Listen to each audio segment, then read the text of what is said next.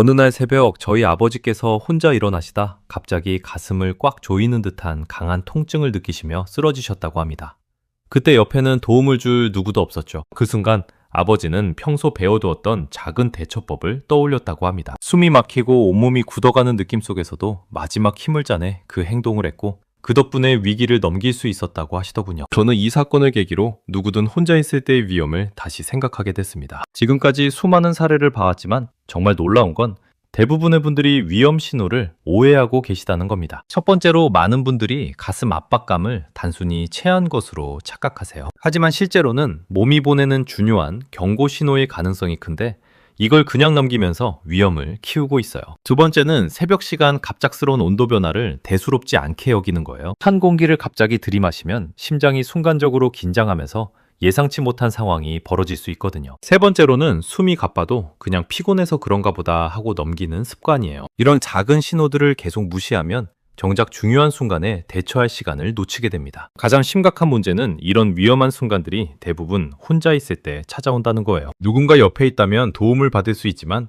혼자서는 자신만의 대처법이 있어야 합니다. 오늘 이 이야기를 통해 부모님처럼 갑작스러운 순간을 마주할지도 모르는 여러분께 꼭 필요한 내용을 전해드리겠습니다. 정말 작은 습관 하나만 바꿔도 위험한 순간에서 벗어날 수 있는 시간을 벌 수 있거든요. 가족 중에 이런 경험 있으신가요? 친구 어머니도 몇 년 전 비슷한 일을 겪으셨습니다. 평소 건강하다고 하셨지만 어느 날 갑작스럽게 가슴이 쪼여오는 느낌과 함께 숨이 턱 막혀왔다고 하셨어요. 혼자 부엌에 서 계셨는데 손끝이 떨리고 다리가 풀려 움직이기조차 힘들었다고 합니다. 그때 어머니가 떠올린 건 예전에 들었던 간단한 응급대처법이었어요. 천천히 의자에 앉아서 숨을 고르는 방법이었는데 처음에는 반신반의했지만 그 순간에는 그것밖에 할 수 없었다고 하시더군요. 코로 천천히 숨을 들이마시고 입으로 더 천천히 내쉬기를 반복했는데 놀랍게도 몇 분 후에 가슴을 조이던 느낌이 조금씩 완화되기 시작했다고 합니다. 어머니는 아주 작은 행동 하나로 증상을 잠시 누그러뜨릴 수 있었고 그 틈에 가족에게 연락해 도움을 받을 수 있었어요. 처음 듣는 순간에는 단순해 보였는데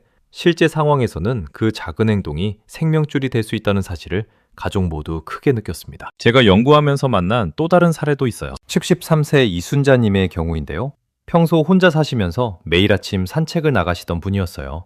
그런데 어느 추운 겨울 새벽 집 앞 현관문을 열고 나가시는 순간 갑자기 가슴이 답답해지면서 숨이 가빠오기 시작했다고 하세요. 이순자님께서는 그 순간 예전에 들었던 이야기를 떠올리셨어요. 찬 공기를 갑자기 마시면 위험할 수 있다는 내용이었거든요. 그래서 바로 집 안으로 들어가셔서 문을 닫고 따뜻한 곳에서 잠시 몸을 데우셨다고 해요. 그리고 호흡을 천천히 고르면서 몸의 변화를 지켜보셨는데 다행히 10분 정도 지나니까 증상이 많이 완화됐다고 하시더군요. 만약 그때 그냥 산책을 계속 나가셨다면 어떻게 됐을지 생각만 해도 아찔해요. 특히 새벽 시간에 혼자 밖에 계셨다면 도움을 받기도 어려웠을 테고요. 이런 경험을 통해 저는 누구나 혼자 있을 때 갑자기 찾아오는 위험을 대비해야 한다는 걸 절실히 깨달았습니다. 그리고 이런 상황에서 가장 중요한 건 당황하지 않고 미리 알아둔 대처법을 차근차근 실행하는 거라는 점도 확인했어요. 여러분도 구독과 좋아요 눌러주시고 이 영상을 끝까지 봐주세요. 왜냐하면 첫째로 지금 당장 여러분에게도 이런 상황이 언제든 찾아올 수 있기 때문이고요. 둘째로는 오늘 알려드릴 내용들이 정말 간단하면서도 효과적인 방법들이라서 한 번만 제대로 알아두면 평생 써먹을 수 있거든요. 셋째로는 영상 마지막에 혼자 있을 때 위험을 예방하는 특별한 생활 습관까지 알려드릴 예정이에요. 이렇게 작은 변화만으로도 달라질 수 있어요. 정말 중요한 건 미리 아는 것과 모르는 것의 차이거든요. 이제 본격적으로 위험을 만드는 요소들을 하나씩 살펴보겠습니다. 자, 그럼 이제 혼자 있을 때 위험을 키우는 일상 속 요인들을 자세히 살펴보겠어요. 첫 번째는 가슴 압박을 가볍게 넘기는 습관입니다. 많은 분들이 가슴이 순간적으로 조여오는 느낌을 단순히 체했거나 스트레스 때문이라고 생각하고 넘어가세요. 하지만 이런 압박감은 몸이 보내는 정말 중요한 경고 신호일 가능성이 큽니다. 국립심장연구원에서 발표한 조사 결과를 보면요. 갑작스러운 압박감을 느낀 사람 중 절반 이상이 몇 시간 내에 추가적인 증상을 경험했다고 나와 있어요. 이게 얼마나 중요한 신호인지를 보여주는 거죠. 실제 사례로 69세 김영호님의 경우를 말씀드릴게요. 처음에는 저녁 식사 후 가슴이 답답한 느낌이 왔는데 그냥 체한 줄 알고 소화제를 드시고 넘기셨어요. 그런데 이런 증상이 며칠 더 반복되면서 점점 더 강해지더니 결국 혼자 계시던 새벽 시간에 정말 위험한 순간을 맞게 되셨거든요. 그러니까 여러분도 잠깐의 통증이라도 반드시 기록해 두시고 패턴을 확인해 보세요. 언제 어떤 상황에서 그런 느낌이 오는지, 얼마나 지속되는지 적어두면 정말 도움이 됩니다. 특히 주의하실 점은 통증이 사라졌다고 해서 괜찮다고 생각하고 지나치면 안 된다는 거예요. 여러분은 이런 짧은 가슴 압박이나 통증을 경험해 본 적 있으신가요? 두 번째는 새벽 활동 이후에 급격한 체온 변화예요. 많은 분들이 새벽에 일찍 일어나서 운동을 하거나 산책을 나가시는데 이때 갑자기 찬 공기를 들이마시면 심장이 순간적으로 긴장 상태가 됩니다. 한국 고령층 건강조사에서 발표한 자료를 보면요. 새벽 시간대 위험 상황 발생률이 낮 시간보다 2배 이상 높다고 나와 있어요. 특히 기온 차이가 큰 계절에는 이런 위험이 더욱 커진다고 하고요. 72세 윤정국님의 사례를 들어보면요. 평소 새벽 5시에 일어나서 근처 공원으로 산책을 나가시는 분이었어요. 그런데 어느 추운 겨울날 집에서 나가자마자 갑자기 가슴에 찌르는 듯한 통증을 느끼셨다고 해요. 실내 온도에 익숙해진 몸이 갑작스러운 추위에 반응한 거죠. 이런 상황을 피하려면 외출 전에 실내에서 충분히 몸을 데워주시는 게 중요해요. 간단한 스트레칭이나 제자리 걸음을 5분 정도 하셔서 몸의 온도를 서서히 올린 다음에 나가시면 훨씬 안전합니다. 특히 주의하실 점은 땀이 식은 상태에서 차가운 공기를 마시면 정말 위험하다는 거예요. 새벽 시간에 외출하는 일이 자주 있으신가요? 세 번째는 숨가쁨을 단순한 피곤함으로 착각하는 거예요. 나이가 들수록 조금만 움직여도 숨이 차는 게 당연하다고 생각하시는 분들이 많아요. 하지만 평소보다 유독 숨이 가쁘거나 가만히 있어도 숨이 찬다면 이건 몸이 보내는 중요한 신호일 수 있습니다. 한국건강관리협회에서 조사한 교사한 결과를 보면요.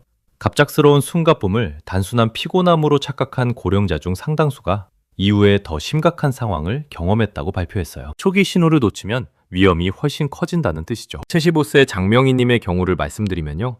평소 집안일을 하신 후에 숨이 가빠도 그냥 나이 때문이라고 생각하고 넘기셨어요. 그런데 어느 날 혼자 집에 계시는데 가만히 앉아 있는데도 숨이 차기 시작하더니 점점 심해져서 정말 큰 위기를 겪으셨거든요. 이런 일을 피하려면 평소 본인의 호흡 패턴을 잘 기억해 두세요. 어느 정도 활동했을 때 숨이 차는지, 휴식 후 얼마나 빨리 회복되는지 알고 계시면 변화를 빨리 알아차릴 수 있어요. 특히 주의하실 점은 갑작스럽게 숨이 차면 반드시 원인을 확인해야 한다는 거예요. 여러분은 숨이 차면 보통 어떻게 대처하고 계신가요? 네 번째는 지나친 참기 습관이에요. 우리나라 어르신들은 웬만한 통증은 참고 견디는 게 미덕이라고 생각하시는 분들이 많아요. 하지만 이런 참는 습관이 오히려 몸이 보내는 위험 신호를 가려버릴 수 있습니다. 고령층 생활 패턴 연구소에서 분석한 자료에 따르면요.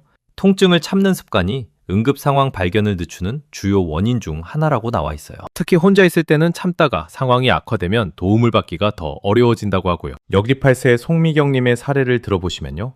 며칠 전부터 가슴 쪽에 은근한 통증이 있었는데 그냥 참고 지내셨어요. 별거 아닐 거라고 생각하셨거든요. 그런데 혼자 계시던 어느 밤에 그 통증이 갑자기 심해지면서 정말 당황스러운 상황이 벌어졌다고 하세요. 이런 일을 막으려면 아무리 작은 통증이라도 즉시 휴식을 취하고 몸의 상태를 체크해 보시기 바라요. 통증이 있다는 건 몸 어딘가에 문제가 생겼다는 신호거든요. 특히 주의하실 점은 잠들기 전에 느끼는 통증은 절대 그냥 넘기면 안 된다는 거예요. 혹시 여러분도 통증을 자주 참고 견디는 편이신가요? 다섯 번째는 주변에 자신의 상황을 알리지 않는 습관이에요. 혼자 사는 게 부끄럽거나 가족들에게 걱정을 끼치고 싶지 않아서 본인이 언제 혼자 있는지 알리지 않는 분들이 많아요. 하지만 혼자 있는 시간을 주변 사람들과 공유하는 것만으로도 정말 중요한 안전망이 될 수 있습니다. 국립응급의료원에서 발표한 통계를 보면요.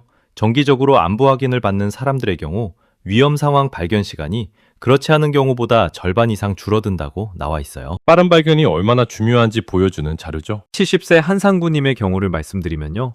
혼자 사시면서도 가족들에게 본인의 일상을 자주 알리지 않으셨어요. 독립적으로 살고 싶다는 마음 때문이었거든요. 그런데 어느 날 위험한 상황이 생겼을 때 가족들이 뒤늦게 알게 되면서 큰 걱정을 끼치게 되셨다고 해요. 이런 일을 피하려면 하루 일정 중에서 혼자 있는 시간대를 가족들과 미리 공유해 두세요. 몇 시부터 몇 시까지 혼자 있는지, 그 시간에 주로 뭘 하는지 알려두면 만약의 상황에 대비할 수 있어요. 특히 주의하실 점은 부끄러움 때문에 알리지 않는 것보다 안전이 훨씬 더 중요하다는 거예요. 여러분은 주변에 혼자 있는 시간을 미리 알려두고 계신가요? 이제 이런 위험 요소들을 알았으니까 일상에서 위험을 줄이기 위한 구체적인 실천 방법들을 정리해서 알려드리겠어요. 이제 일상에서 위험을 줄이기 위한 확장 실천법을 정리해 보겠습니다. 첫 번째는 천천히 호흡하는 습관을 기르는 거예요. 갑작스러운 상황에서 가장 먼저 할 수 있는 게 바로 호흡 조절이거든요. 긴장하면 심장에 부담이 가중되는데 의식적으로 호흡을 조절하는 것만으로도 상황을 상당히 완화시킬 수 있어요. 다만 주의하실 점은 갑작스럽게 너무 깊게 숨을 들이마시면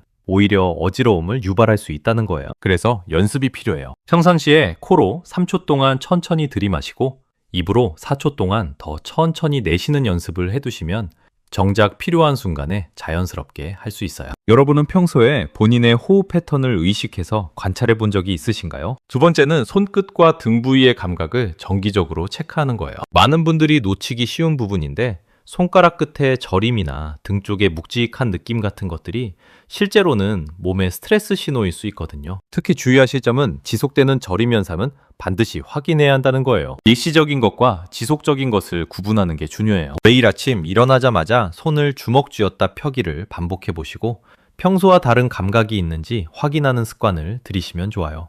이 손저림이나 이상한 감각을 경험해 보신 적 있으신가요? 세 번째는 실내 온도를 일정하게 유지하는 거예요. 급격한 온도 변화는 우리 몸의 긴장도를 높이거든요. 특히 잠들 때와 깰 때의 온도 차이가 크면 몸에 부담이 될 수 있어요. 주의하실 점은 갑자기 문을 활짝 열어서 찬바람을 들이마시는 건 정말 피하셔야 한다는 거예요. 환기가 필요하더라도 조금씩 천천히 하시는 게 좋아요. 가능하다면 24시간 일정한 온도를 유지하려고 노력해 보시고 특히 새벽 시간대의 온도 변화에 신경 써주세요. 집안의 온도를 항상 일정하게 유지하고 계신가요? 네 번째는 하루 생활 리듬을 최대한 규칙적으로 유지하는 거예요. 불규칙한 생활 패턴은 몸의 자연스러운 회복 시간을 빼앗아버려요. 특히 수면 패턴이 불규칙하면 몸의 저항력이 떨어지면서 위험 상황에 대처하는 능력도 약해질 수 있어요. 주의하실 점은 잠을 몰아서 자거나 지나치게 늦게 자는 습관은 몸에 좋지 않다는 거예요. 잠자는 시간이 조금 달라지더라도 기상 시간만큼은 일정하게 유지하려고 노력해보세요. 이렇게 하면 몸의 리듬이 안정되면서 전체적인 컨디션이 좋아져요. 여러분의 하루 생활 리듬은 얼마나 규칙적인 편인가요? 다섯 번째는 가족과 함께 안전을 위한 신호 체계를 만들어두는 거예요. 긴급 상황에서 즉시 연락할 수 있는 구조를 미리 만들어두면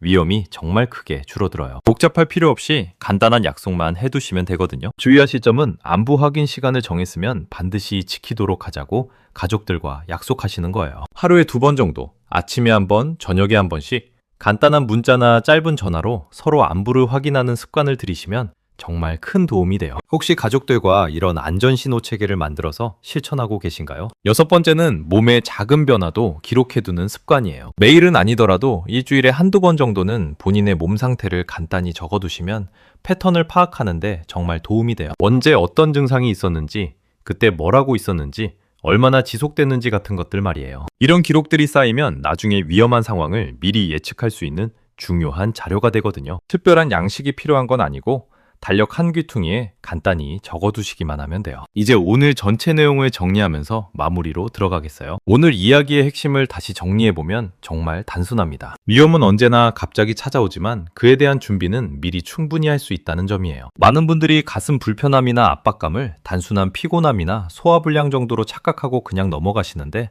이런 식으로 잘못 관리하면 혼자 있는 위험한 순간에 큰 위기로 이어질 수 있어요. 반대로 이런 신호들을 올바르게 인식하고 적절하게 대응하면 위기에서 벗어날 수 있는 소중한 시간을 벌 수 있습니다. 저희 부모님들도 바로 그 작은 차이 덕분에 무사할 수 있었거든요. 지금까지 잘못된 관리 방식을 보면 대부분 참다가 괜찮아지겠지 하고 넘어가는 태도였어요. 새벽에 찬 공기를 갑자기 마셔도 괜찮다고 생각하고 숨이 가빠도 나이 때문이라고 넘기고 가슴이 답답해도 체한 거라고만 생각하는 거죠. 하지만 올바른 관리는 완전히 다릅니다. 몸이 보내는 작은 신호라도 즉시 알아차리고 그런 변화들을 꾸준히 기록해두고 필요한 순간에는 미리 배워둔 간단한 대처법을 바로 실행하는 거예요. 천천히 호흡을 고르고 실내 온도를 일정하게 유지하고 가족들과 안전 신호 체계를 만들어두는 것들 말이죠. 이 두 가지 접근 방식의 차이는 때로는 생과 사를 가르는 경계선이 될 수도 있어요. 오늘 당장 여러분이 실천할 수 있는 3가지 제안을 드릴게요. 첫째는 본인만의 위험 신호 체크리스트를 만드는 거예요. 가슴이 답답한지, 숨이 평소보다 가쁜지, 손끝에 이상한 감각이 있는지 하루에 한 번이라도 확인하는 습관을 들이시면 작은 변화도 놓치지 않을 수 있어요. 둘째는 가족들과 간단한 안부 확인 약속을 만드는 거예요. 하루에 2번만이라도 서로 안전한지 확인하는 시간을 정해두시면 혼자 있을 때의 위험을 크게 줄일 수 있거든요. 셋째는 응급 상황에서 할 수 있는 기본적인 호흡법을 연습해두는 거예요. 코로 3초 들이마시고 입으로 4초 내쉬는 방법을 평상시에 익숙하게 해두시면 정작 필요한 순간에 자연스럽게 할 수 있어요. 다음 영상에서는 혼자 있을 때 불안감을 줄이는 구체적인 생활 루틴과 몸이 보내는 아주 미세한 신호들을 더 빠르고 정확하게 읽는 전문적인 방법들을 자세히 알려드리겠어요. 또한 가족들과 함께 만들 수 있는 더욱 체계적인 안전관리 시스템도 소개할 예정이고요. 오늘 이야기를 들으시면서 가장 마음에 와닿았던 부분이나 궁금한 점이 있으시면 댓글로 꼭 남겨주세요. 여러분의 경험담도 함께 나누어 주시면 다른 분들에게도 큰 도움이 될 수 있습니다. 오늘도 건강한 하루 보내세요.